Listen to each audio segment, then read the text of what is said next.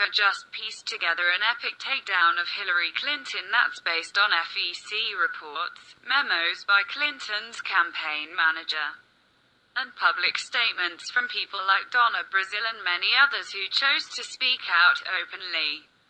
Could this information be the final stake in the heart of Hillary Clinton's alleged crimes?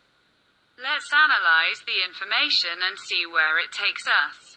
The information dates back to 2014 when Sean McCutcheon won favor from the Supreme Court. As reported by investors, in 2014, the Supreme Court ruled in favor of my client, Alabama engineer Sean McCutcheon, in his challenge to the Federal Election Commission's FEC outdated aggregate limits, which effectively limited how many candidates any one donor could support. Anti-speech liberals railed against McCutcheon's win, arguing it would create supersized joint fundraising committees (JFCs) in court. They claimed these JFCs would allow a single donor to cut a multi-million-dollar check, and the JFC would then route funds through dozens of participating state parties, who would then funnel it back to the final recipient. Democracy 21 President Fred Wertheimer claimed the Supreme Court's McCutcheon v. FEC ruling would lead to the system of legalized bribery recreated that existed prior to Watergate. The Supreme Court, in ruling for us, flatly stated such a scheme would still be illegal. Then comes the Hillary Victory Fund, HVF, which involves $500 million that was funneled in such a way that the Supreme Court had recently said was illegal. Cutting a big check, sending money to various places, then funneling it all back to the place it was initially determined to go after, hopping the money over 1 million hurdles.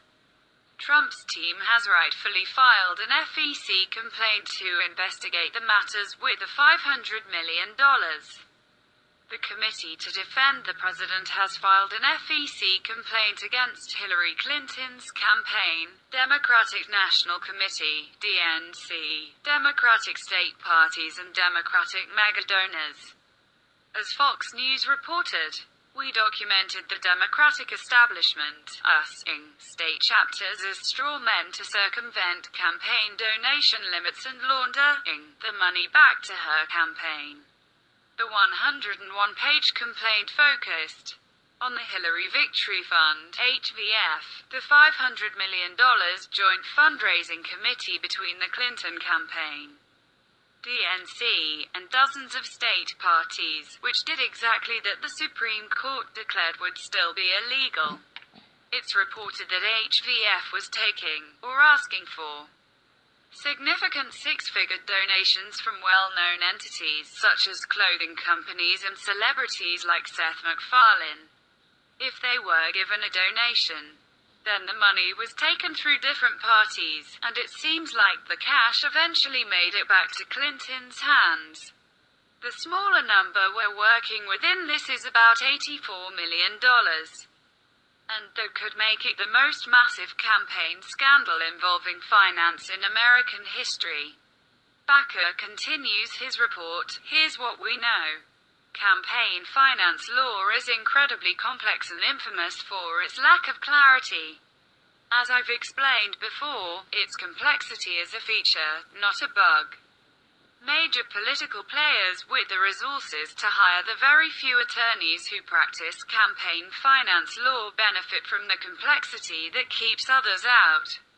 Perhaps HVF's architects thought so too, and assumed that if no one understands what's happening, no one would complain. Here's what you can do, legally. Per election, an individual donor can contribute $2,700 to any candidate, $10,000 to any state party committee, and, during the 2016 cycle, $33,400 to a national party's main account.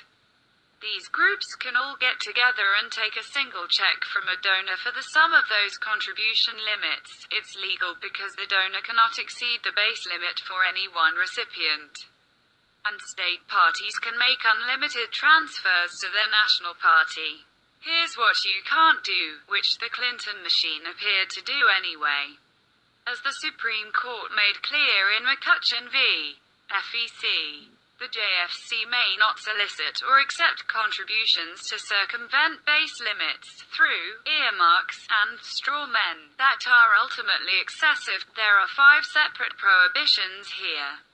On top of that, 6-figure donations either never actually passed through state party accounts or were never actually under state party control, which adds false FEC reporting by HVF, state parties, and the DNC to the laundry list. Finally, as Donna Brazile and others admitted, the DNC placed the funds under the Clinton campaign's direct control. A massive breach of campaign finance law that ties the conspiracy together. Democratic donors, knowing the funds would end up with Clinton's campaign, wrote 6-figure checks to influence the election, 100 times larger than allowed. HVF had some shady business going on with significant donations that were mixed up in false FEC reports by multiple entities. Was money being reported as being sent to one place, but indeed appearing in another? Was the cash being reportedly tossed in various locations to make it harder to track? HVF bundled these mega gifts and, on a single day, reported transferring money to all participating state parties, some of which would then show up on FEC reports filed by the DNC as transferring the exact same dollar amount on the exact same day to the DNC. Yet not all the state parties reported either receiving or transferring those sums. Did any of these transfers actually happen? Or were they just paper entries to mask direct transfers to the DNC? This sounds like something that everyday Americans only see in well-thought-out movies. But those movies always seem to end with the perpetrator finally getting caught by an intelligent investigator who finally pieces that puzzle together and solves the crime, unmasking someone no one suspected. Is Hillary Clinton guilty of crimes, or is she just the name that will be thrown under the bus by a much bigger force? Is there more to this than just the money being pushed around in ways that the Supreme Court might find illegal? If anyone goes down for this, that won't be the end of it. Under every major crime, there are tons of little mysterious odds and ends, but there could also be a more prominent king of the hill. Is Hillary the king of the mountain in this investigation, or is there someone above her calling the shots? Where does George Soros fit in?